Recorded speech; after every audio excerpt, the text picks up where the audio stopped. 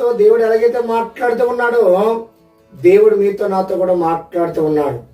అయితే దేవుని యొక్క మాటకు లోబడి జీవించాలట, మనం దేవుని విశ్వాసం ఉంచాలట. పిల్లరా, ఈ దీవులన్నీ ఇశ్రాయేలు పిల్లల మీద ఎలాగైతే దేవుడు దారాలు కుమ్మరించాడో అలాగే దేవుడు మన మీద కూడా దీవెన ఆశీర్వాదం మన మీద కూడా దేవుడు కుమ్మరించేవాడుగా ఉన్నాడు. దేవుని వాక్యం సెలవిస్తుంది కదా, నీవు నీ దేవుని యెహోవా మాట శ్రద్ధగా విని ఎడలా ఈ దీవులన్నీ నీ మీదకి వచ్చి ప్రాప్తించును అని దేవుని వాక్యం సెలవిస్తూ ఉంది. అయితే 14 వచనం మనం చూసేప్పుడారా, నీవు పైవాడిగా ఉండు గాని కిందవాడిగా ఉండమంటున్నాడు. పిల్లలు చూడండి, దేవుడు మనకు పైవాడిగా చేసేవాడట, కిందవాడిగా చేయనివాడట.